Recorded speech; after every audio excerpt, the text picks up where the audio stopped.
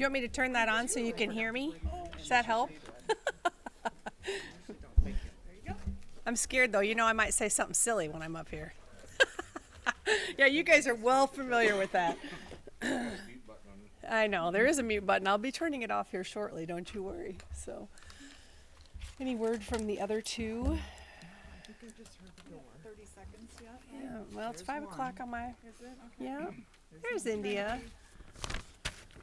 I can wait till 5:01. What do Hi. you think about not being here? No, you're good. I love that you just asked me. Oh my, we're good, so. Tis the season, right? Right, cover your cough. All right, hang on a second. I do want to get this up though, quick. Come on. Well, Oh, because I didn't take the clocks this time. that's okay. I'll just whip through it. It's not that bad. Pretty All sure. right, yeah, it'll be fine. Okay. Everybody ready? Good evening. I'd like to call the regular board meeting of the Waterloo Schools Board of Education meeting to order and ask that you join me in a moment of silence.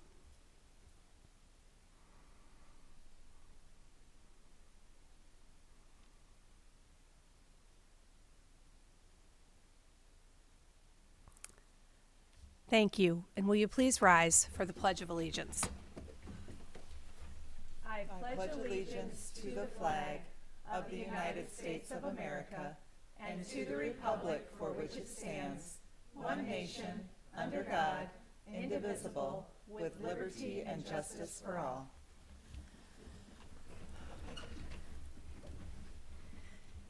Thank you. And now Director Stacy Mills will read our mission statement.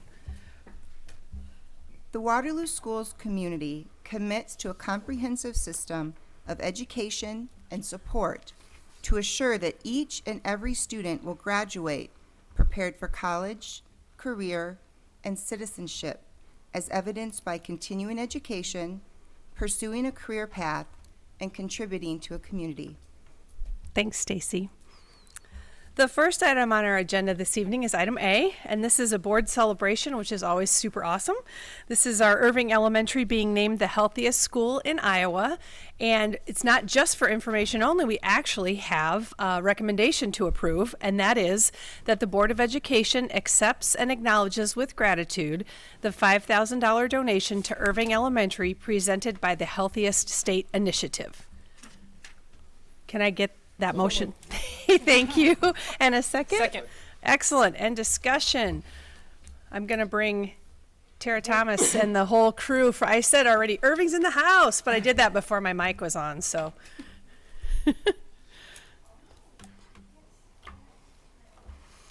I know, Corey, you gotta talk. Yes, we are so excited that for the second year in a row, Irving Elementary has won this coveted award, and it takes a lot of effort beyond the school. The community and the parents are also very engaged at Irving, so I will invite the principal and PE teacher, Zach and Corey, to tell us more.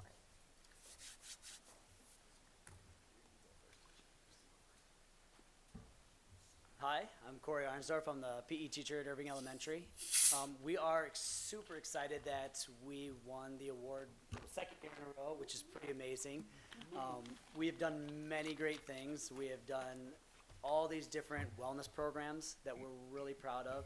We're excited that we can continue this work, and we really want to keep pushing forward to show that not just Irving Elementary, but Waterloo Schools really looks at the whole child when it comes to education. I'd also like to appreciate Corey and the team here. We really strived really hard with the SEL model. We did some changes within our day to address that, and we've really seen the benefits of that on the back end. And again, the staff, the family, the teachers, everybody involved. I mean, it's really it's everybody. It's everybody, and the staff. I can try to say this again. Staff's been amazing. Really giving us some good feedback. It's just a great thing. Please come out when you get a chance. We'd love to have you out there. We really would. Will you introduce the rest of your team that's here? And also, maybe you guys could tell us a little bit about some of the initiatives, maybe something that you've added this year from last year, or something that you really like, or a good point of pride. You can't get down just quite that yet. I know. That's right. You want to honor your time. Right, make right, sure you're that we fine. introduce Our time everybody is just first, and fine. Yes, we can talk about the initiatives we've done. Laura Meyerly, teacher. I was blessed to see you guys last month. Hi, Laura. Kristen Meany-Wallen, mental health counselor, coordinator. Paige Foss, instructional strategist. Margot Harmon, I'm the secretary. So kind of what we did when we applied for this, we were really looking to see what we could do different, because the last year that we applied for this and we won, we focused a lot on wellness, and it was really big on nutritional wellness, physical wellness. You know, we have Irving Gardens that we plant, we grow our own food, the kids get to eat it. All of those things were really exciting. You know, we do a lot of different wellness programs where we have Run Club, where kids come in the morning and or in the morning before school even starts, and do these run clubs where they got these QR scans where they get to scan their ID badges. It keeps track of how many miles they walked, how many laps they've completed, how many calories they burned off. Really great cool initiatives that we have done. This year, what we really wanted to push forward is saying, how do we change? How do we grow? How do we make ourselves better? And really what we did is when I applied for that grant, I looked at how we were doing things really well and how we improved on those, but more importantly, what's different? How do we make ourselves stand out from the other schools that the other finalists did fantastic work? And we really pushed that SEL piece that Zach talked about. So we showed that Irving Elementary, what we're doing there is we're combining the social emotional learning with our physical health and seeing how they combine together instead of being separated. So a lot of people may think like you got social emotional learning and you got to concentrate on the mind and make yourself feel good. And then you got the physical part where you're like, you got to eat right, you got to exercise. That's going to make you feel good. Why not put them together and say, here's what we really are doing and what really does make a difference? So we have a lot of different things that we've done. We have a curriculum that all the teachers teach in the morning that's based off of lessons that we've created that has to do with social emotional wellness, have to do with nutritional wellness, health wellness, sleep habits. We had this really cool video slideshow that we put together where some staff members and kids put on superhero costumes, and we did like different yoga poses in these superhero costumes, and we put it up on a PowerPoint, and the kids would emulate what they saw on the PowerPoint, and it was about sleep habits. So it was saying, here's some things that you can do to help with your sleep habits. And then we'll also do social emotional learning. We work on the Crucial C's, and we work on Leader in Me and Second Step, and all those different programs that really can encompass the child's whole health. And, you know, on top of that, in PE, what I'm really focusing on is the SEL part in PE. It's so funny how PE teachers may think that they don't teach it when they really, really do. They work on how you can connect with other kids. You work on how you can be, you know, courageous and take steps that make you feel good, and how you can work with other ones, you know, and work together. And I call it emotion motions, which in PE we do motions, so we do physical activities, but the emotional side of it is a huge part, because kids are not going to want to be physical or do things together when they don't either like each other or they don't agree with what they're doing, or like, you know, I want to be in this person's group, I want to be in that person's group. But when they really feel connected as a group and as a class, they start to see, hey, if I start considering how Zach feels, now I can understand a little bit more about him and I can work with him a little bit better. So like in the PE side, and then we've also done wellness for our entire staff and for our community, so our families. It's really important that we don't just focus on just the students. We really want to focus on everybody.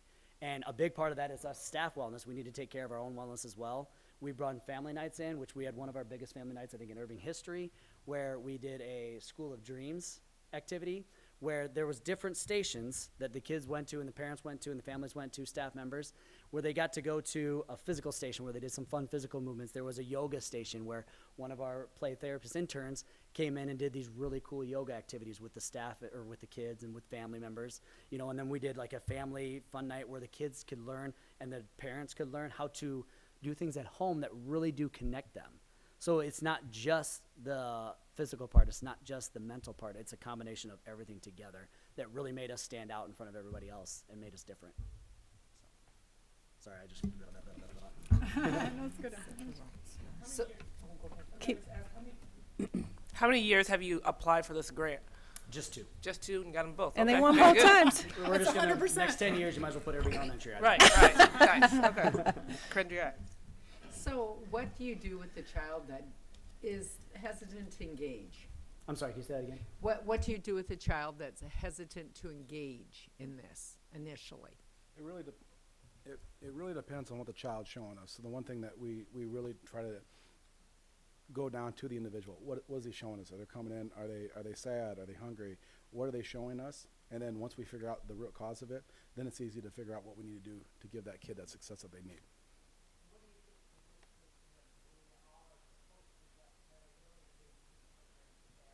Well, we made that an emphasis this year. It's a part of our walkthrough tools, and I mean we're high implementation. I mean you can come any time of the day from 8:45 to 9:10. Our classroom's working on some piece of it. I mean anytime you want to come in. And then right after lunches, there's 5 to 10 minutes that's also built into the schedule. So there's mindfulness. So different teachers do different things for their students. So I mean it's constantly a part of our culture. It really is. It's great kind of walking into the classrooms because I've had a chance to walk into them when they're doing some of our wellness curriculums that we're trying to implement, social, emotional, and physical health.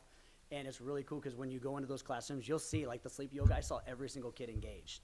You know, like they were into it. They were into the lesson. They were excited about it. And it was all because of, you know, the way the staff teaches it. Like they're excited about it. The kids are going to be excited about it. You know, once they feel that passion that comes from us, the kids can do anything they want because they see it from the family side of it. We're a family here at Irving, and we really push to strive for that. And so, yeah, like Zach said, please come because you'll see the participation is pretty amazing. It's pretty awesome. So how do you deploy the heart rate monitors, and do the students do some follow-up analytics?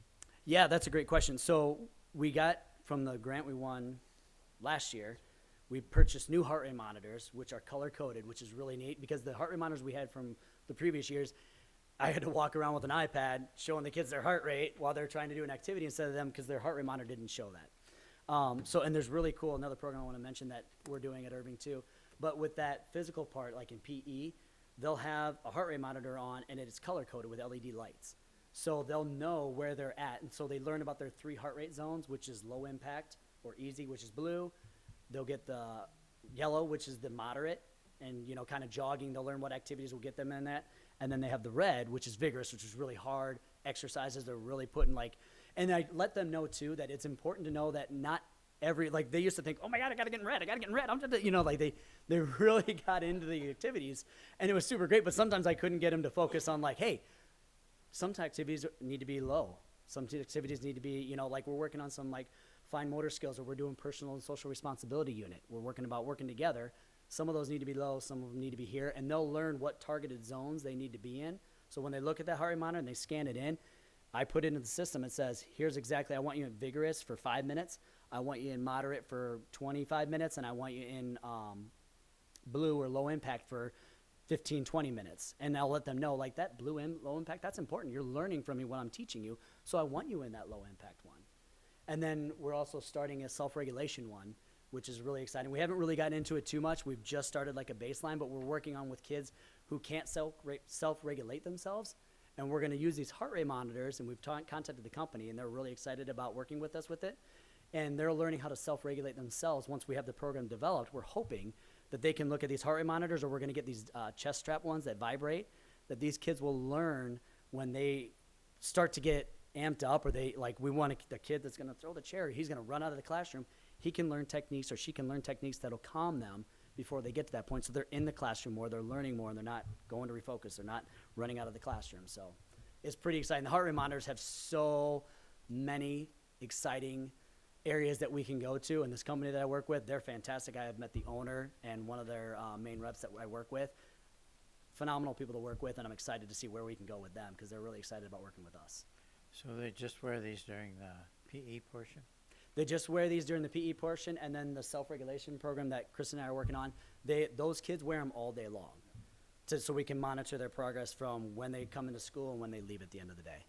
So do you get a digital readout? Yeah, we'll set it where it scans for the entire day, so we can put the minutes in there, and it'll scan the entire day for the entire day of school, and it'll show, it's kind of like an EKG graph. It's really neat. It'll go up and down, it'll show blue, yellow, red, and then we can see the times that they spike, or the times they're low impact, or even better, like if there's not enough physical activity in the classroom, because honestly, you need to move to learn. It gives you more brain activity. Your synapses fires when you're more active. So it can kind of teach us too, are we too inactive throughout the day? When do we need to have those brain breaks or brain wakes, you know, so we can do it both ways. So the students have access to that information or not? Yes, they will, yeah. And the students have access to the heart monitors for PE. The self-regulation ones, we're kind of in the process. They will see that. But in PE, it's super awesome. They actually get emails every single time they wear the heart rate monitor. So they can just go click on their own email and they can check, oh my gosh, here's where I was at today. And, you know, where was I in my target zones? Was I at where I was supposed to be at? Parents can get emails on that because it's all set up in our system. So it's very educational for the student and the parents both. And one last question on the activities, the PE activities. You've more or less devised that curriculum, and how focused is it on lifelong skills? That's a great question. I gear my PE lessons really towards a healthy lifestyle. I think a lot of PE teachers are geared towards skill-based, which is fantastic, and that's very important, and I do that. But I take lessons that are skill-based, and I turn them into nutritional health lesson. How do you take care of your body? How do you learn how to be a lifelong healthy individual? Not can you dribble the basketball really well? Not can you kick a soccer ball correctly? Yes, do I want you to develop those skills and get better at them? Absolutely. But we take fun skills and turn them into like lessons of how to be healthy your entire life. So a couple examples real quick would be, today we worked on jump roping skills. And I did this, it's called a helicopter. If you do like normal, you spin around in a circle and you got the jump rope and the kids jump over the jump rope. Well, I turned it into the sodium snake. And if you get hit by the sodium snake, you get too much sodium in your body. We learn about where sodium comes from and like what it is. It's salt. Do you need that much in your body? No, you don't. So there's a whole lesson of like, what is sodium? How does it affect your body? But they turn in this fun, creative lesson that, one, they're working on skills, they're getting physical health and exercise, and they're adding like a nutritional lesson all combined into one, which is super exciting because the kids can really learn how to take care of their bodies for their entire life, not just, can I shoot a basketball hoop? Can I kick a soccer ball? Thank you. Excellent work. Thank you. It's too bad you're not passionate. I'm sure that no one is excited around. Well, and I was just wondering for your 4 team members that are also here, if any of you or each of you would like to just say what you think's the coolest or how's it's changed the Irving culture, or just kind of, because we appreciate you being here too. So if each of you or any of you would like to speak up, we'd love to hear from you too. Uh-huh. I run marathons myself, so it gives me an opportunity to talk to kids about why physical activity relieves stress, maybe helps you be able to sit down a little bit better when you need to do that. So we've just been able to have a lot of conversations. And then the whole idea of a marathon is really outside of their framework. And they're like, you do that for fun? You know, and so then I talk about my routes around Irving because I live 8 blocks away. So I run around Irving all the time. You know, and we have a lot of conversations around the neighborhood and what 26.2 miles actually is and feels like, you know, so they get really kind of jazzed about that. So when I run a marathon over spring break, I'll come back and talk to them about that. Anybody else back there? Don't all jump up there at once. Well, so this is Paige Foss. She runs our flex room, and you have to go see it at Irving. But the one thing I can say for her, the impact is we had a lot of our students that need access to a safe place to just get themselves back together. And our data is looking really good with that for some of our students. And she's one of the main reasons in her room and her environment is. It's really low-key. Kids can come in, just relax for a little bit, get themselves back on track. You want to share a little bit about that? Yeah, unprepared for this. Yeah, So in the flex room, I work with students in grades 3, 4, and 5. And my students, I give them what they need. So back to educating the whole child and really looking at what our students need to be successful is what the goals of my classroom are. I want them to be able to learn that social emotional piece, learn how to self-regulate and get what they need so that I can get them back to the classroom so that they can be successful in the gen ed classroom. And I see a lot of good things coming from my students learning those skills, and I think it goes back to our morning SEL curriculum that they're getting in addition to what we do in my classroom. So under what circumstances do they come to you? My students all have IEPs, so I work with our students that have behavior goals or academic goals. So when they're frustrated, they come to me for their minutes that are required according to their IEP, but they also come get what they need when they need it so that I can get them back and get them successful in their classroom. So I got an example for you, Lyle. So let's say you came into work and you're a little grumpy, all right? It might happen before, right? All right, well, we know that when Lyle doesn't get his cup of coffee, Fair enough. he's kind of a bear to work with, okay? Just hypothetically, I don't know if this is true, I might have heard something, but that's okay. So what we would do is, hey, Lyle, we're seeing this pattern, you know what I mean? The days you don't have coffee, you kind of come in kind of growly. So why don't you come in, have a cup of coffee, we'll talk about it, try to get you regulated and get you back off to work. That's what this room does. And so it again, breaks it down individually to kids, giving them what they need. So sometimes kids come in, they're hungry from the night before, they had breakfast, they're still hungry. Guess what? We'll give them more breakfast. Because we know that's what they're going to need for them to be prepared for the rest of the day. And so it's little stuff. I mean, it's literally kids coming in, not having socks on. Hey, we'll get you a pair of socks, no problem. I mean, it's just the basic needs that some of these kids are not coming to school prepared with. We just give it to them, provide it to them, get them on their way. So. Awesome. Okay, are we gonna Corey. let them go? Corey, has anyone hit the 50-mile mark yet? Oh, great question. Yes, she came to our school and saw we had the mile markers. We started out at like a couple years when I started this program, like 25 or 5, 10, 15, 25, and then we had 50. And then, yes, there's actually 2 kids that have hit the 50-mile mark. Nice. We got to put their blue shoes up. They kept upping the game. So they're like, now like this kid, Ty and I, he literally got us to the 75-mile mark. And this is 75 miles for like 15 minutes before school even starts. Wow. And he's walked or exercised this many miles. Now we had to up it to 100 because that little stinker got to like 85 last year. And I'm just like, oh my gosh, like now I had to put this little sign up that says 100 miles. And so, yeah, we're really excited. That's really great that the kids are so jazzed about it. It's awesome. Congratulations. Thanks. Yes. Thank you all for being here tonight. Like I said, Irving's in the house. We appreciate it very much. Congratulations, very well deserved. So, yay! So before they leave, can I entertain we got this on the table, but can we please vote on this? All those in favor of approving their $5,000 award, can we signify by saying aye? Aye. And all those opposed, same sign? Chair votes aye, motion carried. Congratulations. Thank you. Thank you, guys. All right, the next item on our agenda is a resolution that is supporting our partnership as the Waterloo Schools with the 2020 census. And that recommended motion is that the Board of Education adopt the resolution affirming the Waterloo Schools' support of and partnership with the 2020 census.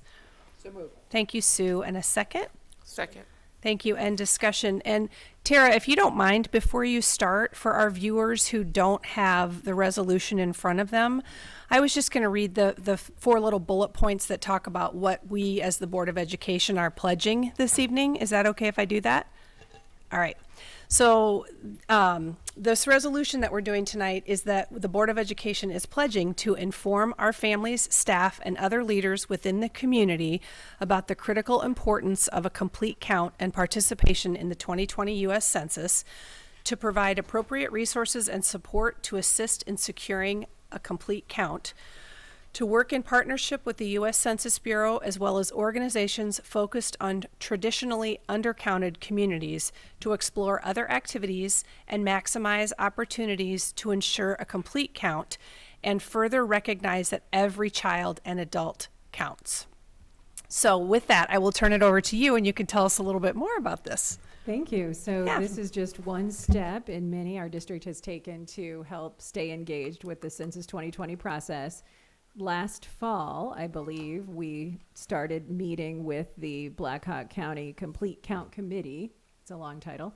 And each month, then the committee has been meeting. So I've been our district rep, and then there are representatives from other entities across the area. And the good news is, by meeting, we've been able to really share and link up resource deficits. So UNI has been tasked with some of their marketing students to create some of the materials that we are now pushing out digitally, and their advertising And by way of us having access to all these interpreters, we've been able to connect them with our interpreters to help with a lot of these translation needs specific to some of these marginalized or disenfranchised folks that this resolution speaks to, in terms of making sure that everyone is counted and engaging some of these populations. So it's been a great partnership, and we will meet, actually, I think it's this week, for another meeting, and then you'll see in the coming weeks some more information that we'll push out specific to our families in the district, with the goal of having everyone be counted and helping them understand the connection directly impacting not just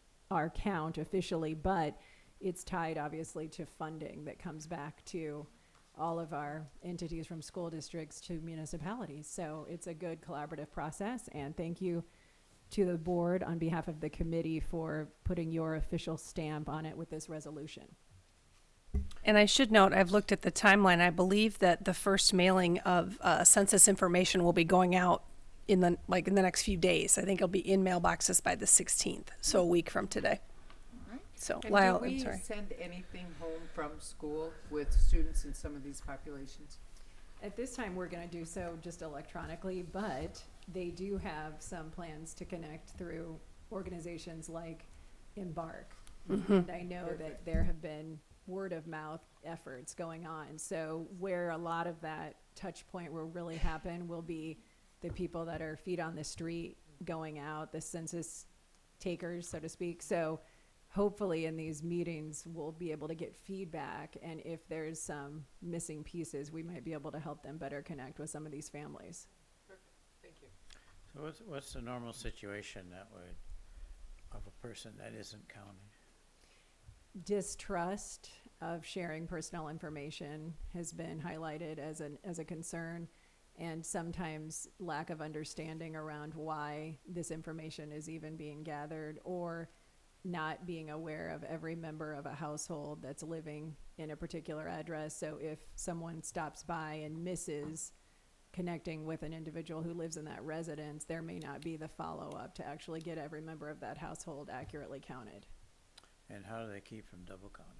That's a good question. As far as the nuances of the process, that's out of my wheelhouse to be able to adequately express, but that's something I could surely present in the meeting when we meet again, because I don't know how they vet that or troubleshoot the outcome accurately either. Okay. Thank you. Tara, thank you for your time on that committee too. I know it's one more thing. Sam and I arm wrestled to take Yeah. Other duties as assigned. Right? Exactly. That's wonderful. So great. Every 4 years. Right. All right. So all those in favor then of adopting the resolution, please signify by saying aye. Aye. And those opposed, same sign. Chair votes aye. Motion carried. I think they voted down there. I couldn't tell for sure, but I think we're all good. I think we're good. The next item on our agenda then is information from individuals and delegations. And I don't know if there's anyone here this evening who wishes to address the board. And if so, will you please state your name and address and come forward? And you will have 3 minutes. And when your time is almost up, you will be asked to, our board secretary will hold up a little yellow card, and then I'll tell you not to. So you probably know the drill, so I don't need to keep going. But Oh, good evening. Hopefully I'm here for the last time. Over the last 20 years of living in this community, I've had the pleasure to present to the Waterloo School Board and a lot of my different faculties. I'm Britt Young.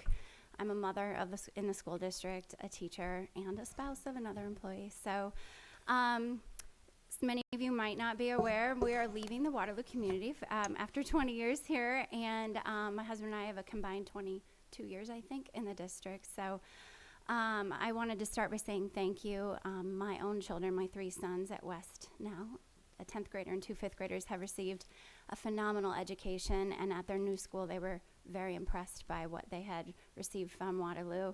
In fact, I'm a bad parent. I haven't been to parent-teacher conferences in quite some time because I have full and complete trust in the many educators that touch their lives every day. They do a phenomenal job.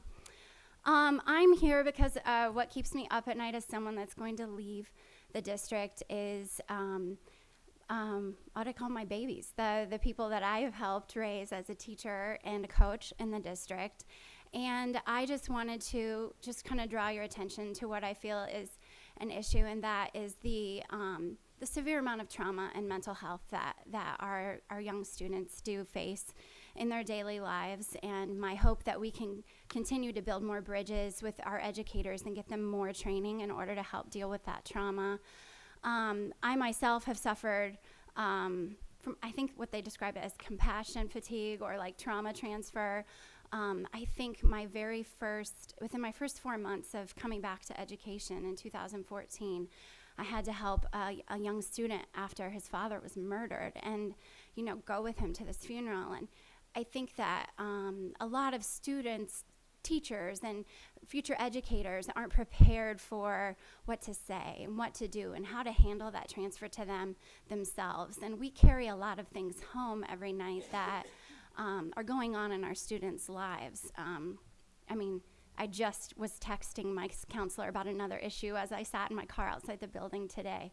Kids that we worry about, a lot of us stay late and make extra phone calls and file police reports and do different things we can to make sure our kids are as safe as they can.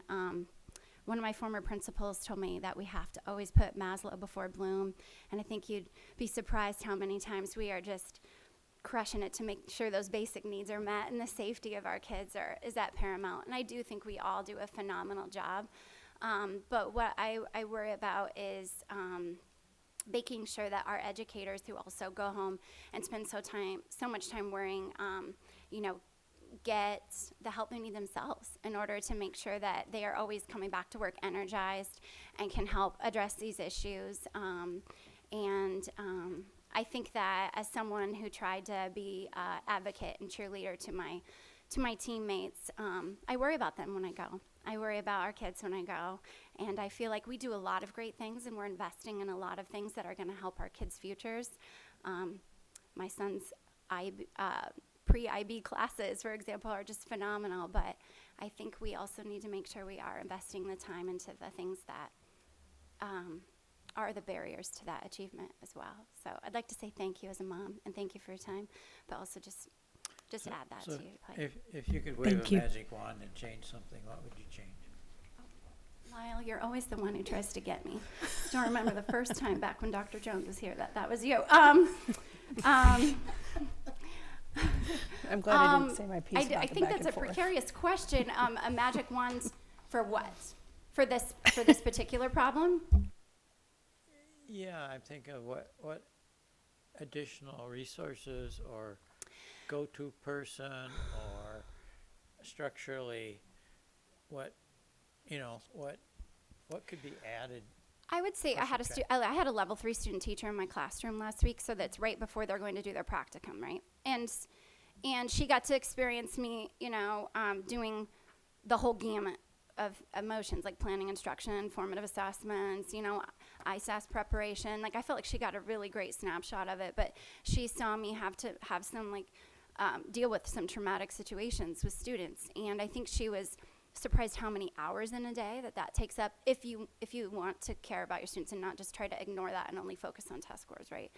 And I think that maybe partnering with you and I and kind of showing in other districts, not the same. This isn't a Waterloo only problem, but partnering with our teacher education programs and making sure they have preparation for future educators or pre-service teachers, so that way they're prepared to have those conversations. Or, there really isn't a good person we can go to. Our administrators have plates that are overflow with issues, and sometimes we feel like we don't want to go and be like, I am overwhelmed with concern about these kids, and I'm finding it hard to care about spelling right now or whatever it might be. And I think that we don't really, maybe if we had like a group here where you could kind of talk about how to deal with those issues, decompress. I don't know what that would look like, but I think if you care a lot, then you notice more, and your best educators are taking home a lot in their hearts about a lot of our kids. Okay, thank you. We wish you well. Oh, thanks, Lana. Thanks. Thanks, Britt. And I'm glad you explained that you were on our agenda 2 times ago, and I hadn't seen you. So, yeah. Yes, for your resignation. So now we know. So that's all. Where are you going? Can you tell us or no?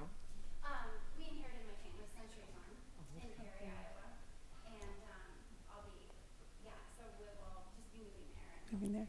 And teaching. Great. Cool. Great. Well, good luck. Thank you. I actually just need to ask the board for just 2 minutes. We're not going to go into a full recess, but we need just a second here to reset something that we thought was on our agenda that's not, and we have some people here that we just want to make sure. So Pam is doing that. Else this evening that wishes to address the board? I don't mean to cut anybody off. So, you know what I do? Can I go ahead and go? Okay.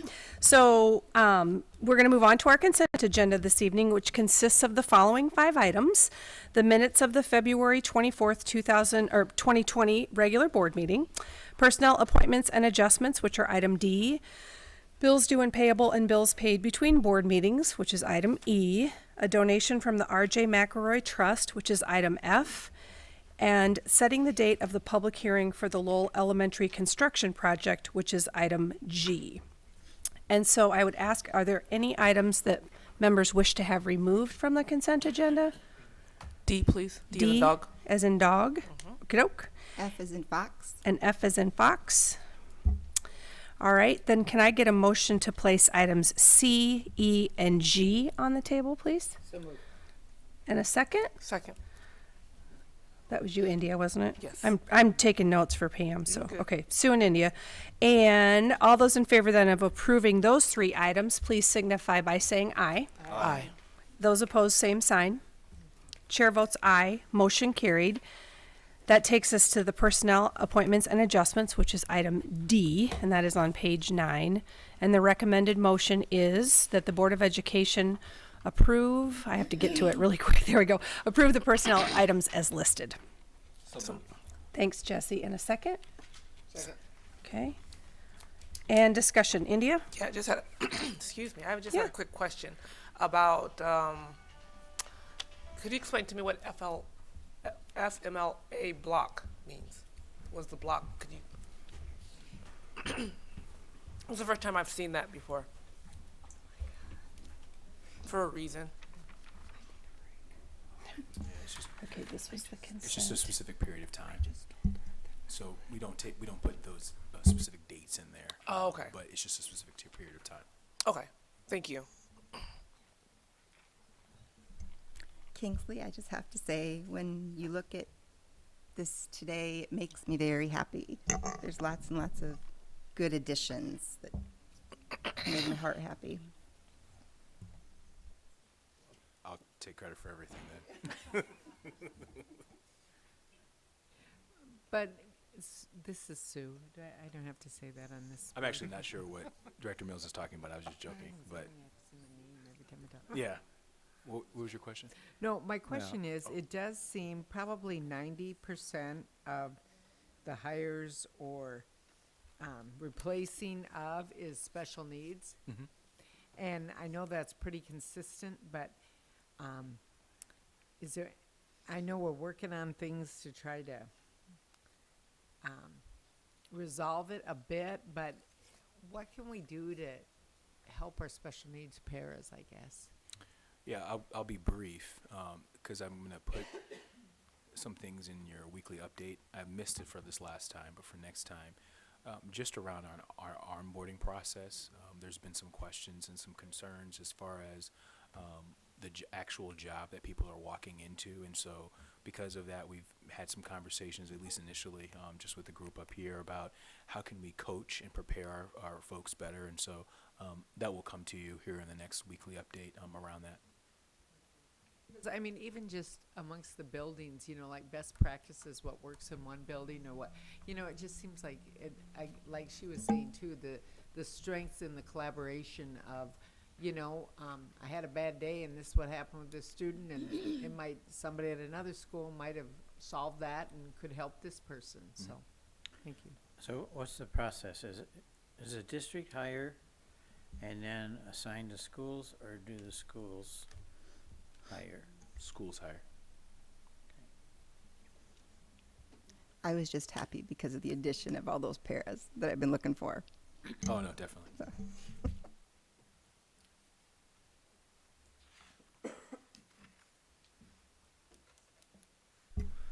Anything else for Dr. Bajway?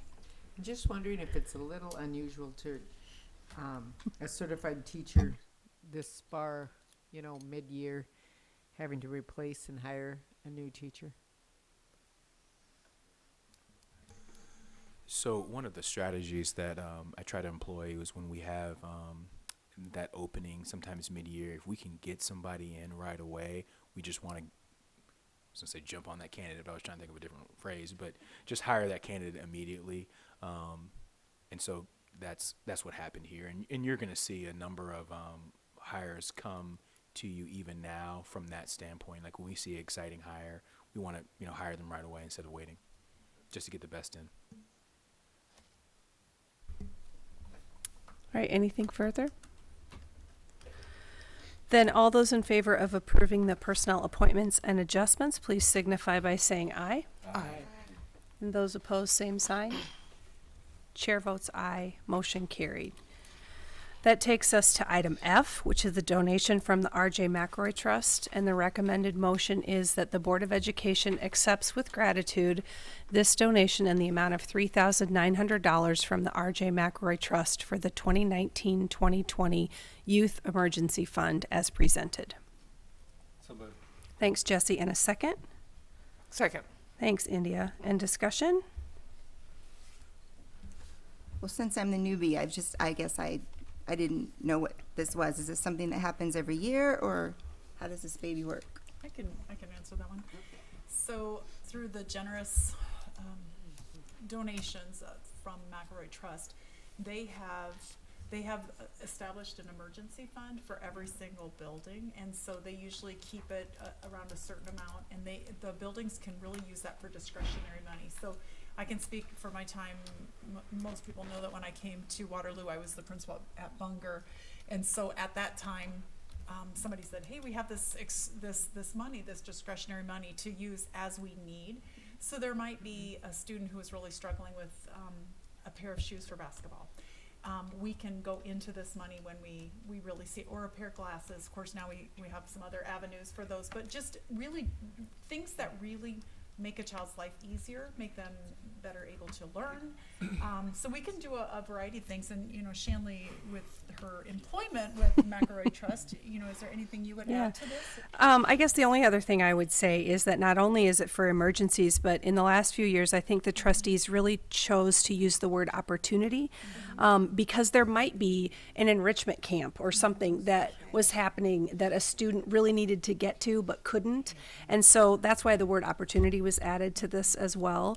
And basically, it's a very private, it's relayed privately to the trust, and then once those funds are depleted, they're replenished without any questions, really, basically. So, but it is for also the opportunity piece. I just want to say that too. So sometimes that's a really cool thing as well. Now, I've been in the district 15 years, and this was going before I got here. So do you know how long? I think it's been going 2025 at least. Yeah, it's a very long time. I mean, it's what a great support for our buildings, and it's everywhere. I mean, they have this opportunity everywhere, so it's great.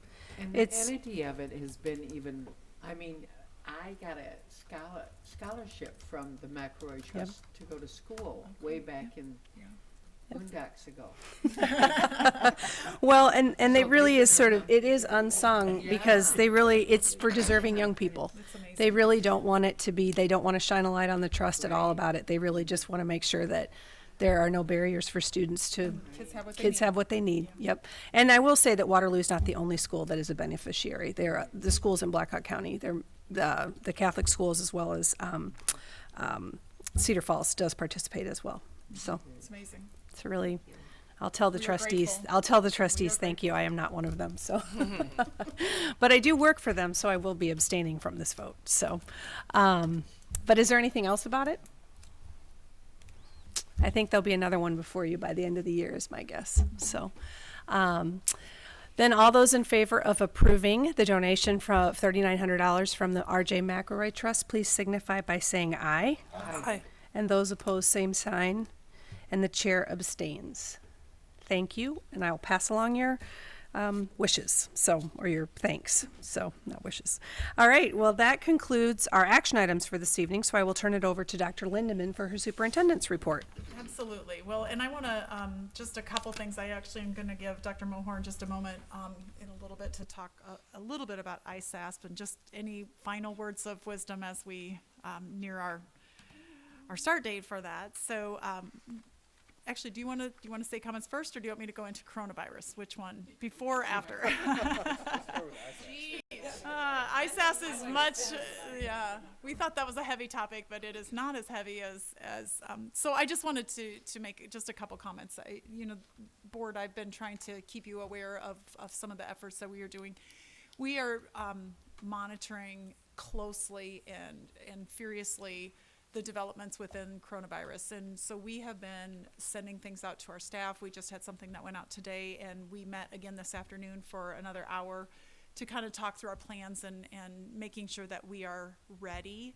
And ready is with a very small r, because I don't know that any district or any organization is ready, because we just don't know what we're up against. But we've been watching. Our ultimate goal is to keep our families and most importantly our students and our staff safe while they are in our buildings. And so we have some things that we're working on. We've been working very furiously with Blackhawk County. They've been the public health. They've been great. Our nursing contract is held by Unity Point, and we are meeting with them on a regular basis. Karen Meacham is the nurse director, and so we meet with her regularly.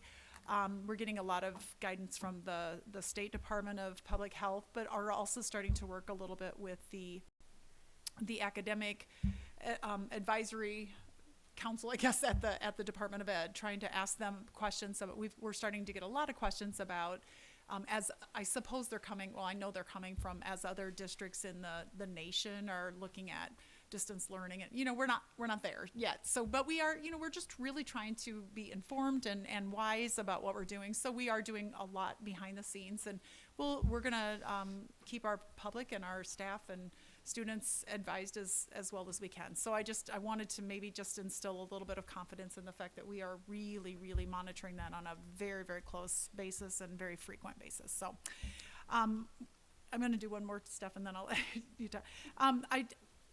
The Saturday was kind of a fun, interesting day for me, because I had volunteered to take tickets at the Jazz Band Festival, the NEBA Jazz Band Festival, and it was such a great opportunity, besides the fact that I had to be there at 6:45. That was the only drawback, but it was really, it was just such a great opportunity. There was a middle school version, there was a high school version, and there was just some really great music, and I think it just adds this enrichment to our students. And so when we talked with Corey, when he said, we just really want to focus on the whole child. Not everybody is passionate about music, but some are. And so how great to have the kids doing that. And right after I left there, I got to go to East High, because they hosted the state level academic decathlon. And I actually got to be the reader for the questions. So I was asked to volunteer for that, and I loved it. I really, truly was Alex Trebek. It was like, that is who I was. And so I want you to know that I had printed out the question ahead of time. I was bound to, I didn't have to sign anything, but basically I had to swear to secrecy on the questions. I did not show anybody. I did ask my husband to pronounce a couple words for me, and then I had to Google quite a few of them and listen to the pronunciation, because it was, I am really embarrassed to tell you that out of the 54 questions, I do not know that there was a single question out of the 54 that I was confident on. Not a one. So I did a little research, found out a lot of information, but I got to host that, and East was there participating, as were lots of schools. East qualified for that, and so congratulations to them. And it was just it was a great, great afternoon. And then after that, then we had the East Swing Show in the evening. And I know there were other things going on in the district, but that was just a really busy day. And it just made me think about all the great things and all the great opportunities that our kids have. And so I was just really proud of the events. I was really proud that we got to host the state meet for the academic decathlon and some of the bands things. And so it was really a great day. So I wanted to mention that. And then I'm going to ask Dr. Mohorn just a couple comments on ISASP. What would we want our public to know about the last 15 days before we assess? I think that would be the big one, that we only have 15 days left of it, 15 instructional days, so that doesn't count spring break, and that April 6th is that's our day. That's the day we start testing, April 6th. So I want everybody to remember that day, April 6th. And what can they expect if you're a parent of a student over the next few weeks? how might their students be getting ready for ISASP? Well, as a parent, you're also going to be getting some additional information. So we're going to send out, you should be getting things from your building, such as logistics, the schedule, because even though April 6th is the day, maybe they'll start testing April 7th or April 8th, you know, the different logistics in different buildings. We also have an ISASP video that we're going to send out, just to give a little more background. We want parents to be as informed as possible on what this ISASP is, because it is, we've always had a state test, but this one is a lot different than any state test that we've had in the past. And although we've tried to communicate, you can't ever over communicate. So we're going to continue to do that and send that out to parents. You might hear things as your students start taking tests. We'll say, wow, it was a long time today, because one of the different things is kids get to take as much time as they want. So if they need an hour and a half, if they need 90 minutes to finish a portion of the test, they're allowed that. So for some kids, especially our third graders, so this will be the first time they've done any state assessment, let alone the ISASS, that can seem like a long time for some kids. And can you just mention the practice test and how parents, if they could access that? I think Yep. we're going to maybe send that link out. We are. Yep. We absolutely are going to send out the specific links for the specific grades to parents, so that parents don't have to go and look, although you can go to the Pearson website or the ISASP website, and you can do the practice test with your kids there. But we're also going to send it out because from what we've been told, they're very similar to the questions that are on the test. So you can sit next to your child as they're taking the test, or maybe some kids don't want that. You can have them take the test and they'll get their score at the end, and you can talk about any of the questions that they missed, or it can help with test anxiety. Here's kind of what the test will look like, very similar to what the test will look like. So go ahead and take that. Yeah, and there's actually quite a few questions on There there. are. So for the reading, there's 25, 30 questions on there. For the math, most of the tests have between 30 and 40 questions. So you can get a good variety. You can. obviously don't have to do all of them. Right. Unless you are in the Lindemann household. Then Absolutely. You do all of them, Then you do. because I really like them. But anyway, so it's just a really good thing. So I appreciate that update. Dr. Mohorn did mention we are going to send some things out. So if you are a parent in our district, you will get an email that will say, you are a parent of a third grader. Click here to see some of the questions that your third grader might see. Click here to see some of the language arts or the English questions or the math questions. So we're going to send those out. So if you have kids in grades 3, 7, 10, you're going to get 3 separate emails that you can click on. So we just thought that'd be a good way. And again, it's completely voluntary. We think some people won't click on them, but we think a lot of people will. So thank you. I just had 2 questions. One about the corona. So that first question that came across at work was, we have, I think it's Washington, who has closed school for about 2 weeks. Right. So the question, state of Washington, thank you. Yep, you're fine. The question was, will they have to make up that time? Yeah, that is really the question du jour. We did a webinar a week ago today, actually Monday, and somebody had asked that question. In Iowa, there is a law right now preventing the students. We cannot substitute online learning for the hours. The 1080 is not. So you're hearing some states talk about creating these distance learning or these online opportunities. And while we can do that as an ad, like as a nice to have, it cannot substitute for the 1,080 hours at the current time. Legislation precludes that from happening. So somebody did ask that question on the webinar. Is there any conversation about potentially counting that? And they said, not at this time, but things are changing every day. So you just don't know. Correct. So making up that time right now, the answer is yes. We would have to make up any time that we would miss. However, I think a lot will change depending on, how districts, I do think that those will be state level decisions, not district level decisions. And so we are working with them. And right now we do feel honestly that organizations have been communicating with us very well. They're responding to our questions, but they're also sending out some things pretty regularly too. So the answer right now, India, is yes. Okay, thank you. And this question about testing, though we have 15 days that we're about to take this test, question would be, when should we get the scores?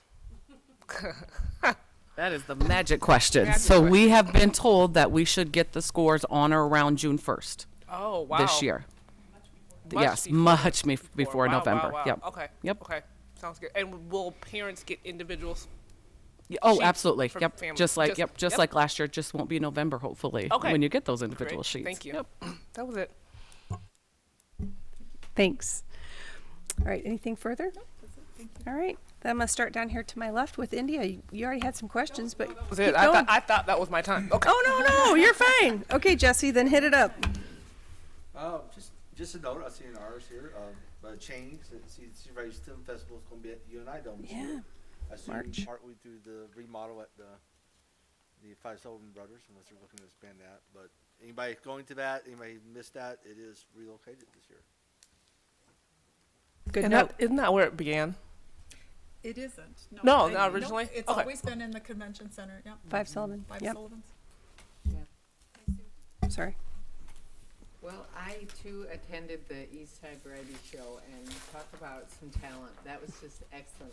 Did anybody else go? It was really good. I mean, really good. So they're doing an awesome job in their fine arts there, and just wanted to do kudos to the instructors, both the band and chorus, and just the kids did a great job. And also, I just thought it would be remiss as a board if we didn't mention the West Side Boys basketball game. I was in attendance at that game, and hard for our kids, very hard for our kids. And I just wondered if there is, I know my husband had communicated with the IHSSA, Tom Keating, and he said that he was only now corresponding with district officials. So just wondering kind of if there's a synopsis, anything that positive that we have gathered from that. There isn't. We did send a letter down to the, a very strong letter to the Iowa High School Athletic Association. Just this afternoon or just today, we did get a response from them that they are looking into it. They looked into the facility. We had concerns about the facility. We had concerns about staff. We had concerns about several different things, and mostly the facility and the equipment. And so, we're working with them. We did get a response back today, and, as we expected, there's not a lot that they can do about it at this point in time. There was a petition that was going around within the public, and I actually didn't see that over the weekend. Tara, do you know how many signatures were on that particular petition? 7,000, yeah. When I looked at it, they were nearing in on 6,000, so I wasn't sure how far that went. So, I know that information has gone to them, and I actually was at a superintendent meeting, and there was a superintendent sitting beside me, and while we were on break, the phone rang, and it was somebody from Waterloo who was calling this particular superintendent because she sits on the Iowa High School Athletic Association board. And so she was talking, so we talked a little bit afterwards. She didn't actually even tell me who the person was, which is fine. But anyway, I know that they've received a lot of phone calls. So it is, it really is with sadness. I don't have a resolve. The game can't necessarily be played again, and even if it were, it wouldn't be the same. So it's just, I don't know what else to say except for it's very unfortunate. One of the things that I've wrestled with a little bit, Sue, because I've certainly heard about it, I'm sure all of us up here have, is that while the outcome of the game couldn't be changed for this year, my biggest hope is that going forward, something like this does not have to happen to another school, and that we can all learn, and that there can be adjustments made going forward so that this doesn't happen again. Yeah, And that's my... I strongly believe, we're not going to see a resolve to our situation, but I do believe that they are looking at policy checks, equipment checks, procedures that they can put in place to preclude this from happening again. So, right, and I just wondered as a district, we sent a letter, but, maybe policy suggestion changes. Just because we, spoke with Mr. Keating, my husband was emailing back and forth, and he was receptive, though. I will give him that. He was very receptive. But just the inequity of when I was at the game, you could definitely see one-sidedness, and that's sad in a neutral site. And so just as a district, I think If we can, like you say, nothing can be changed at this point, but we can make sure that it never happens to another team again, and strongly need to, forcefully need to navigate that. Yeah. Yeah, yeah, absolutely. It's But the timing is always controlled by the host team, isn't it? not at no. It's a neutral site. Neutral should be staff. neutral. So the Boys Athletic Association is different rulings from the girls. So it's a little different. They have different policies from what I can understand. So Astor might be our best. It's kind of because if there's Turn on your mic. A lot of times, there are two host teams. Right. So if it's at a facility where the home school hosts, so say it was at West High. Mm-hmm. West High was the host team, and then Cedar Falls played afterwards. It would just be one scorekeeper for both games, so they wouldn't change the scorekeeper, if that makes sense. Yeah. So in a neutral site, and I think it was some confusion about who was the host team starting off. I believe West thought they were the host team, and then the day of or the day before, they found out that North Scott was the host team. That's why the uniforms colors were different. But then they also oftentimes bring in a separate school. So they would have reached out to a Cedar Rapids school or Iowa City school to host, and then they'll provide their scorekeeper. Right. So it's a lot of things that go. I'll use a football analogy as well. So if you remember the New Orleans Saints Rams, I believe, the pass interference. And I just thought about that when we were talking about changing it for next year. It's a human error because you can't go to video technology. Yeah. And in high school, I don't know any state that uses technology. So it's definitely unfortunate. But I don't know at this point. Once the officials leave the floor, nothing else. It seems like you could have an official with their finger on the time clock.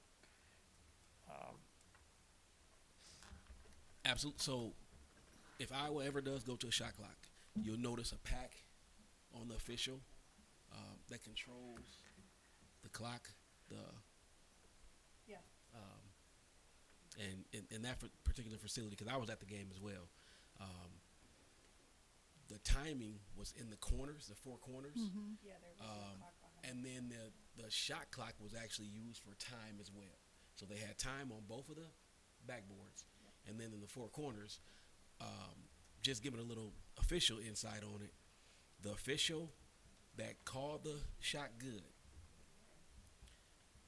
had the role of watching the shooter and the clock at the same time. The clock is in the far corner, so just imagine the clock being up by the exit sign and the shooter being by Michael. It's one official that's his job, to watch both. So imagine trying to watch Michael Coughlin and look at the clock at the same time. Mm-hmm. So I don't know if that part will ever change, just because that's the duties, but definitely a change of facility, or because I've been at a game in that facility, and I promise I thought it was an NBA game, but I thought they had the clock in the middle of the floor. And this was probably 2 years ago, maybe. So I'm not sure why I wasn't there at that time. I've never seen clocks that far in the corner. So especially in a game of that magnitude. So. Thank you, Ref. Appreciate that. All right, Sue, are you done? Yeah. Okay. Stacy? First, I want to say that I am super proud, though, of how our West kids did. It was sad, but as a parent and a community member, just so incredibly proud of all of them. And to deal with that kind of hurt is something that we all have to do in life. And even if it's fair,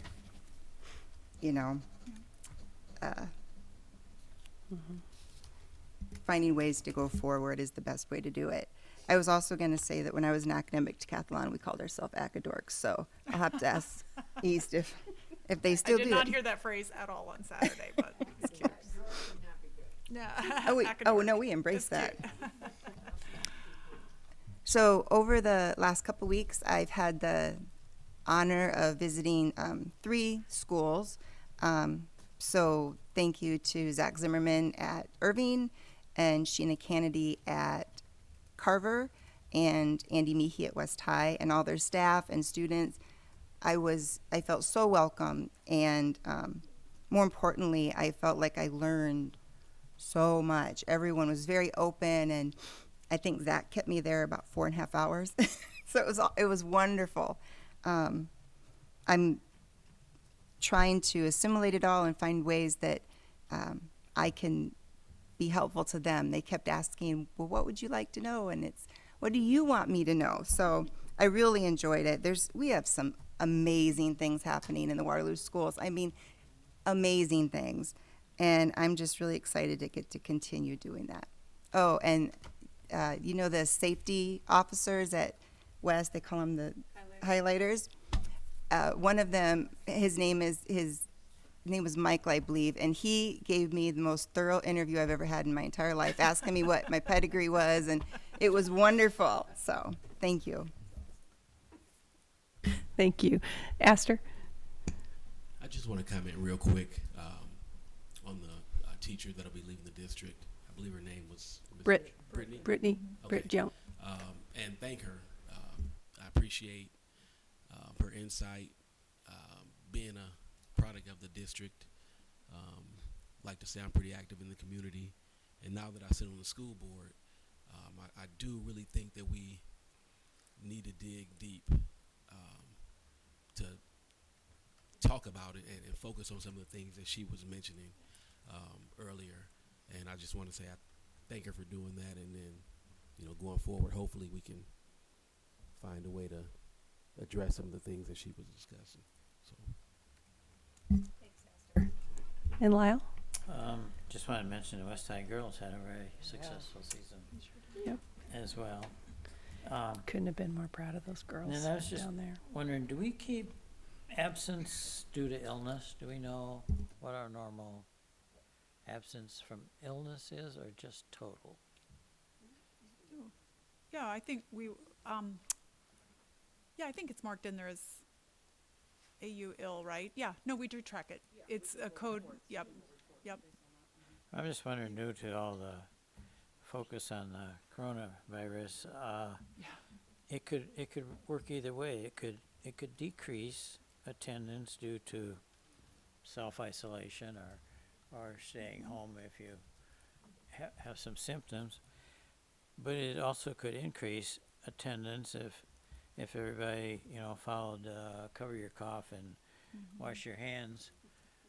And so I'm just curious if we end up, it could work either way, and it'd be interesting to know what the net impact is, just out of curiosity. Yeah, I don't have the answer to that, but the one thing I will say about that, when we've had all of our meetings, it has been very, very clear that while the coronavirus is certainly getting a lot of attention, which sounds like it should be, I will say that the bigger threat is the flu.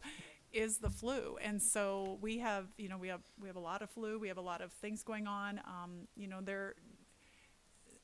I don't know if it's a misnomer, but I mean there are deaths caused by influenza as well as coronavirus, and so when we look at that, that's certainly been a concern. I was in a building, it's been a little while ago, but I was in a kindergarten class, and there were 20 kids in the class, and there were only 9 there. There were 11 kids home on sickness because of the flu that was going through that classroom.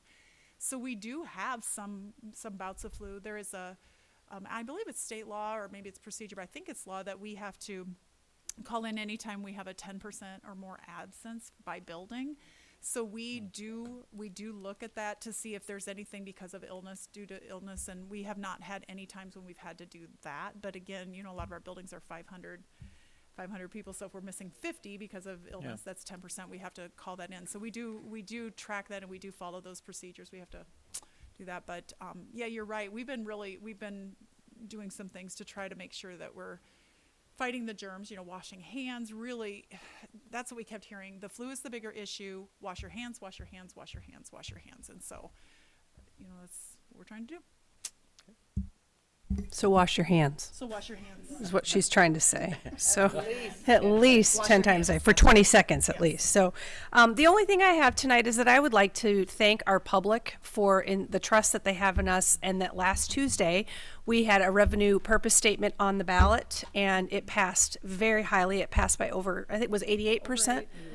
Yeah, and I just appreciate that those saved dollars can be used for the betterment of our community, for our buildings, for our infrastructure, which is something that I think is great for all of us. And I just want to thank the people who took the time to vote. I really appreciated that. And as a board, it allows us just a lot more options for how we finance and do things going forward, and I'm very appreciative of that. So never want to take those fiscal things for granted that we are given by our community. So. And then a week from today is when, or 2 weeks from today is when spring break starts. So I hope that our families can rest in 1 week. I'm sorry. Yeah. I was thinking about the week. I'm thinking about ISASPs. Yeah, not 2. Sorry. Never mind. The 16th spring break starts. That's what I'm trying to say. So, for those, people, our kids are going to be out of school, and for our families and everybody to take a little break and recharge, and our buildings will be closed at that point. So the ESC will be open, but our buildings will be closed. So. And make a plug for the Great Spring Break, all the activities. I don't know what that website is, but your kids can do. There's a lot going on downtown. Yeah, so, check that out. worldsgreatestspringbreak.com. Yep. So, all right. And Hartman has stuff, and there's a lot of things. So, is there anything further to come before the board this evening? All right. Then seeing none, I'd entertain a motion to adjourn. Thanks, Jesse. And a second by Sue. All those in favor, please signify by saying aye. Aye. Aye. We are adjourned. Good evening. Thanks.